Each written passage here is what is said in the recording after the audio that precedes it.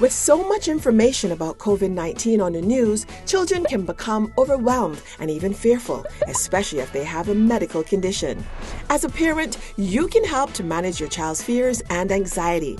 Provide your child with the correct information about the virus.